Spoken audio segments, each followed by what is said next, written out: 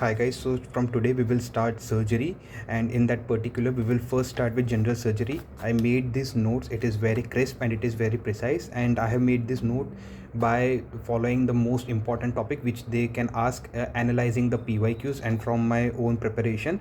So these are the topic you should must go through, and you should read my note at least 2 times because it is very easy. So first we will start with IV cannulas. They will usually ask about which is the widest, which is the narrowest. So 14, which is orange in color, is the widest, and yellow, which is 24 in number, is the narrowest. The 18 number, which is green in color, is used in the trauma patient. So if a trauma patient come to give IV bolus fluid, you will use 18 number gauge of IV cannula. The narrowest bore is used in the pediatric patient. Then come the safety checklist. The process they follow is, first is the sign in, then there is timeout, and the last part is the sign out. This is just like one marker, they can ask you this. Then second is regarding the blood loss. So how will you calculate blood loss? So a completely soaked mop is equal to 100 cc. Okay, and it is the duty of anesthesia to tell you the exact amount of fluid or blood lost from the patient. Then come the OT zone. So before going into the OT zone, what they have to follow: first they will go into protective zone where they will change their clothes, then go into the clean zone where they will wash their hands, then they will go to aseptic zone, which is the OT, and after the completion of the surgery they will go into the disposal zone. Then comes the topic of OT position. So the most important positions are, first is the lithotomy position. Lithotomy is used in OB-GYN or in any perineal surgeries, for example hemorrhoids or any kind of fistula.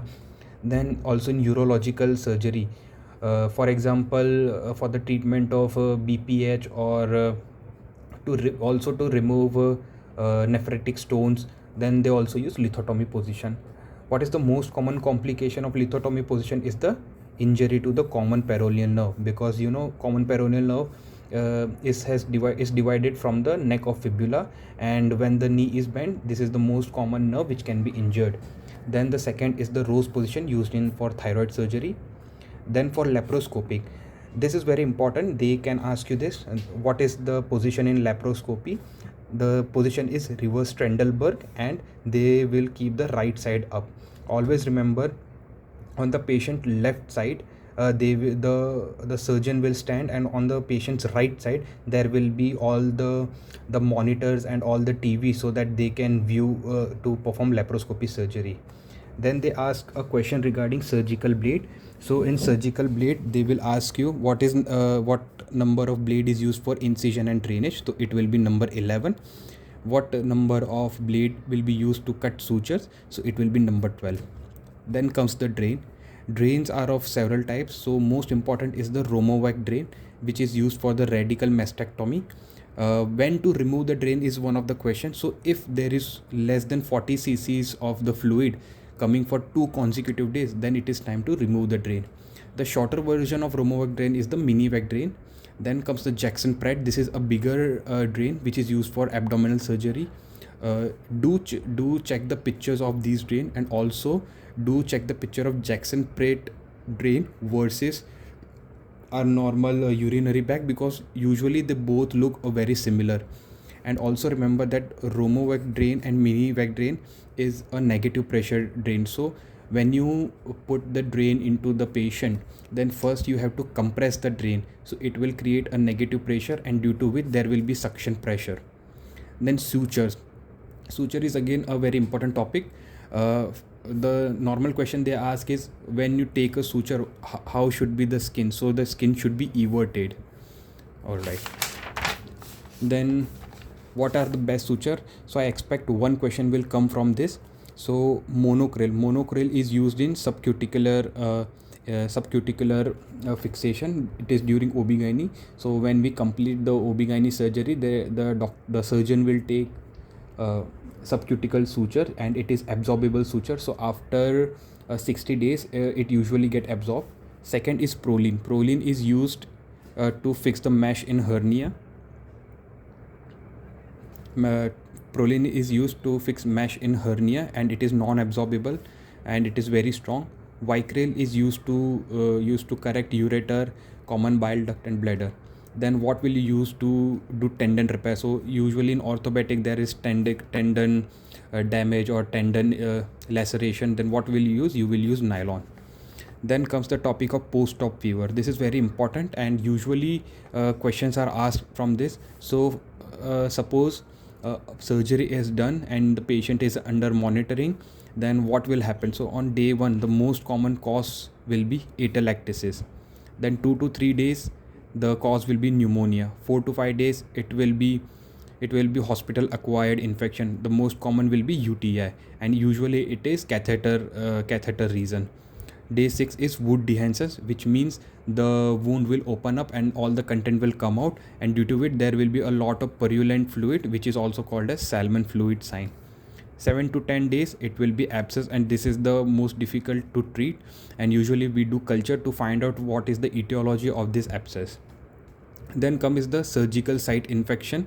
So to reduce the surgical site infection, you have to give prophylaxis before performing surgery. So the ideal time of giving prophylaxis is 30 minutes to 1 hour, and usually we give depending on the surgery and what type of field we will have. So the types of wound or the field which we are going to perform is divided into 4 types: 1, 2, 3, 4, and it is very important, you should know about it. So the first is clean means the surgery will be like breast surgery and thyroid surgery. Usually there is no infection rate there. Second is called clean contaminated. Clean contaminated is there might be any contamination, for example LSCS, which is cesarean section, or any kind of elective surgery. Third is contaminated, which is any type of emergency surgery, for example appendectomy or any kind of injury, RTA, then this will be contaminated. 4 is the dirty. Dirty means pus formation. For example, if there is any emergency surgery was there and it took a long time to perform surgery, then it will come into the dirty type, and it has the higher percentage of having surgical site infection. Okay, then some general question they ask is, when will you remove hair before performing surgery? So it is just before surgery, and you should not shave it from the patient. You have to clip it off hair, a clipping of hair. They will usually cut it. Then what will be the ideal OT temperature? The ideal OT temperature should be 18 degree to 22 degrees Celsius. And remember one thing, after finishing of surgery, you should take care that patient does not have hypothermia, because it is the most common cause of having any kind of infection or any pathology after surgery, hypothermia. Then comes the nutrition. How will you give nutrition? So there are two or maybe more types of nutrition. First is enteral. Enteral is like we can give NGT, or we can insert PEG, which is percutaneous endoscopic gastrostomy. So what we do, from outside we insert a PEG directly into the stomach. What is the most common complication of enteral is the osmotic diarrhea. Then comes the parenteral means any kind of IV lines. So what we can use, either we can use direct IV line, we can give dextrose, or we can use PICC line. PICC line means peripherally inserted central catheter, or we can use direct central line, which is inserted into the internal jugular vein. So what kind of nutrition we give? We gives TPN solution, total parenteral nutrition solution, and the nutrition has protein, fat, carb. What is the ratio? It is 20:30:50, or 2:3:5. What is the most common complication of TPN solution, which is refeeding syndrome? Refeeding syndrome is giving a lot of fluid in a malnourished patient. The patient will have severe hypoglycemia and acidosis. Then comes the topic of shock. It is very, very important. Usually they ask 2 to 3 questions from shock.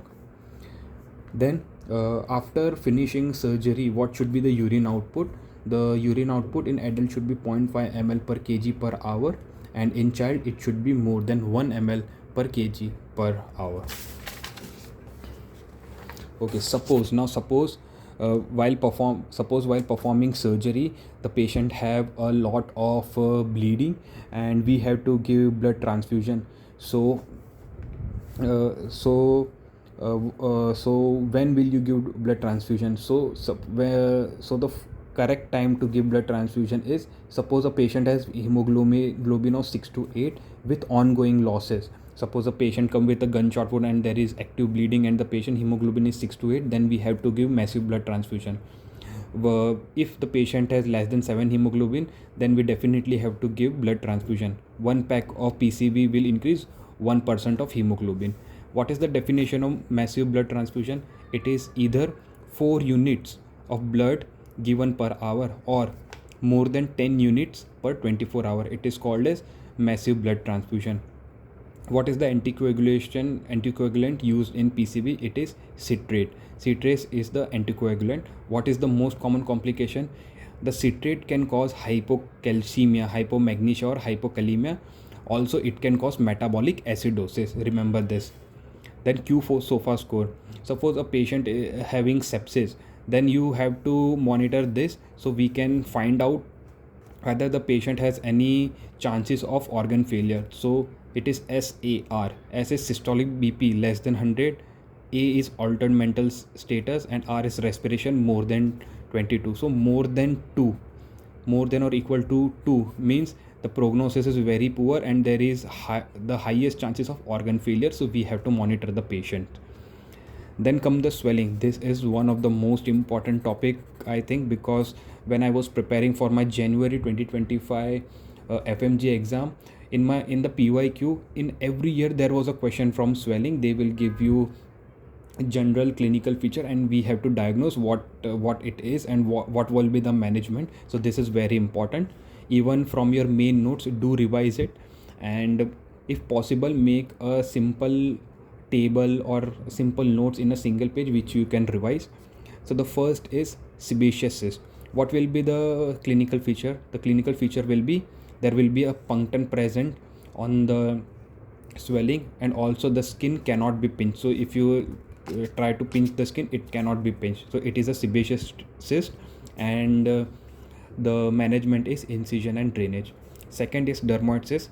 Dermoid cyst is found in the lines of embryonic fusion, which is usually the eye, wrist, and ear. So don't confuse between the sebaceous cyst, dermoid cyst, and the third, which is the lipoma. Lipoma is soft, painless nodule, and it has slip sign. So if you will press, it will slip under your fingers. So don't confuse between sebaceous cyst, dermoid cyst, and lipoma. In January 2025 FMG, this question was asked. Then in cystic hygroma, which is also known as lymphangioma, it is a swelling which has fluid inside and it is partly compressible, just like a water balloon. That's it. Then what is ranula or mucosal? It is found under the sublingual salivary gland. Can you do incision and drainage? No, it is contraindicated. What you have to do is you have to do complete excision and you have to do marsupialization, which means suppose you have removed this much part and you will close all this part, but you will keep a small amount of field open so that all the fluid can come out and this can gradually heal. Then the parotid swelling. Parotid swelling is the swelling of parotid gland, and the clinical feature they will say is it lifts the earlobe. What is the most common complication when you will remove parotid swelling is damage to facial nerve. The seventh is the thyroglossal cyst. The classic feature they will give is the cyst will move with the deglutition and also with the protrusion of the tongue. What is the management? The management is the cyst trunk surgery. What will be the most common complication when you will perform cyst trunk surgery, and if it fails, then it is the formation of the fistula. Alright, so this is the part 1 of the general surgery. I will cover the part 2 and I will continue. The general surgery will be finished in 2 parts, and after that I will start with the systemic surgery. So the notes will be in my Telegram group, and the link for the Telegram group is in the description. You can join that and revise all this, and also share this with your friend and subscribe. And I will continue all the major subject, which is surgery, OB-GYN, PSM, pediatrics.